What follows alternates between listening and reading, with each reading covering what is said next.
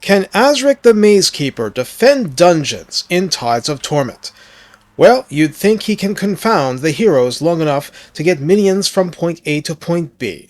This is your Tzeentch, pseudo-legendary lord for pleasing the gods as Norsca in Tides of Torment, a one-shot without any equivalent in the faction. Let's look at what he brings, because it's a lot. Like his Nurgle equivalent, he comes for the unbeatable price of free once you unlock him, which is not trivial. On Ultra, health is 8,176, armor is a mere 30, but take heart, not only is physical resistance 20%, he has missile resistance 40% by default, and 25% spell resistance also. Leadership is 100 and unbreakable, as opposed to 85 and unbreakable by I Digress.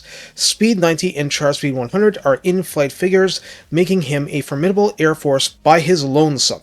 Melee attack starts at 60 and is magical attack. Attack interval 4 seconds, splash target size medium, so knights errant on down, and max targets damaged by splash of 5. Melee defense of 40 isn't bottom tier, but it's less. Weapon strength 470 is split base 145, and armor piercing 325, very comfortable margins. Charge bonus is 40, and mass is 3500. Azrik causes fear and terror, is a siege attacker, flies with those huge wings, and since he's demonic, he'll disintegrate when morale wait, he's unbreakable, so that won't happen. That's an extra margin for error. He will get the wounds debuff if hanging around at low health though. Background trait, Gift of the Eagle grants Azrik, as a general, +5 to fill Wind's reserve per turn. Winds cost -25% for all spells for all characters. Enables flaming and magical attacks for all units in his army, and enables barrier hit points +800 for everyone in that army. Keep in mind regarding the Marauder Chariot Regiment of Renown, which has barrier boost.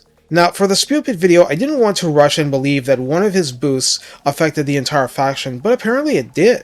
Here, the -25% cost for all spells should apply to every spellcaster in the faction, and that's powerful. I'm picking him for sale next time.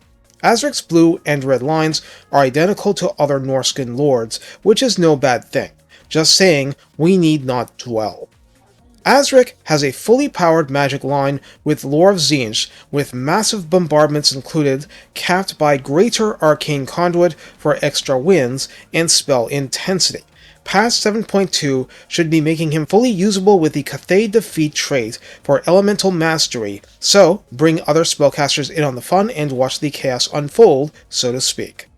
Like other high-end Tzeentch lords, Gaze of Fate is available here at rank 7, providing 14 seconds of cannot move to an opponent and -40 melee attack during that time. This can trivialize some battles, and Norsca has some pincushion creating units I've mentioned, like Marauder Hunters with javelins.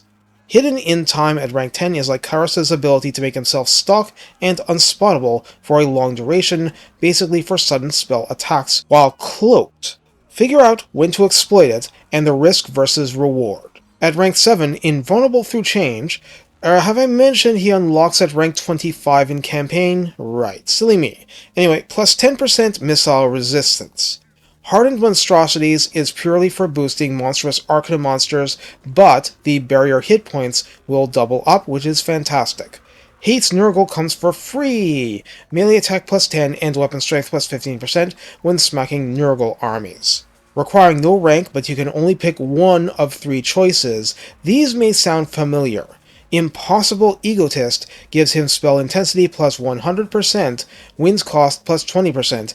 That's plus, not minus, but, his background trait sort of counters that, and silences all heroes in his army. That means even their active abilities can't be used. It's one-bird army oriented in this case. Maybe in a Throg campaign where you don't have easy access to Cathay. Who's to say? Touch of Dust inflicts a Flock of Doom-like effect on a unit in touches for 5 seconds, but it will instantly finish off entities under 20% health. I thought that this was characters, but interesting. Tell me more in the comments.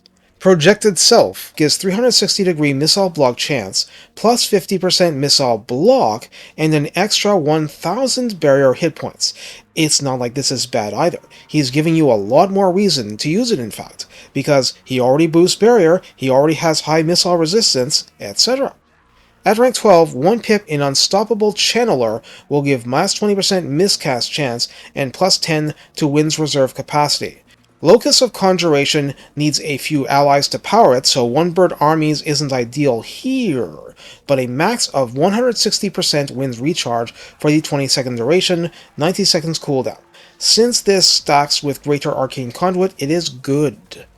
Devious Flames gives him personally melee attack plus 8 and weapon strength plus 10%.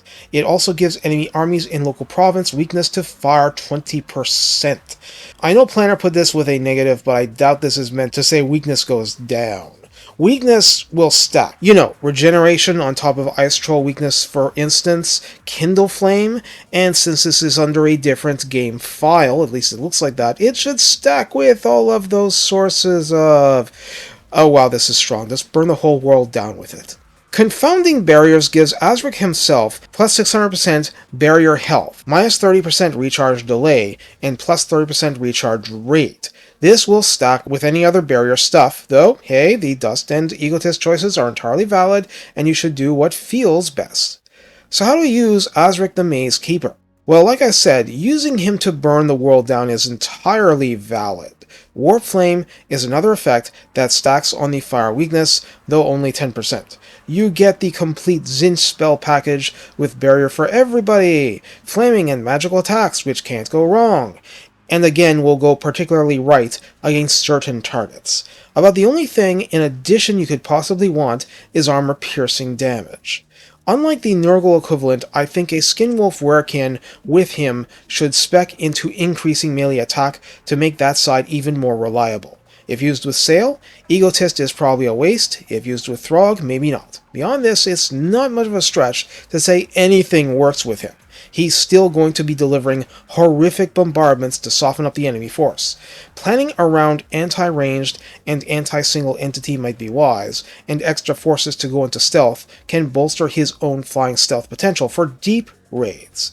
Also, just to mention, it's a little hard to show off his full awesomeness in demo combats because they artificially restrict the wins that are available. But when you have like 150 wins that you're recharging at a completely bonkers rate and then dropping all of these bombardments, it's even more insane. That's it, because the versatility is top notch. Have fun flying the magic-racked skies.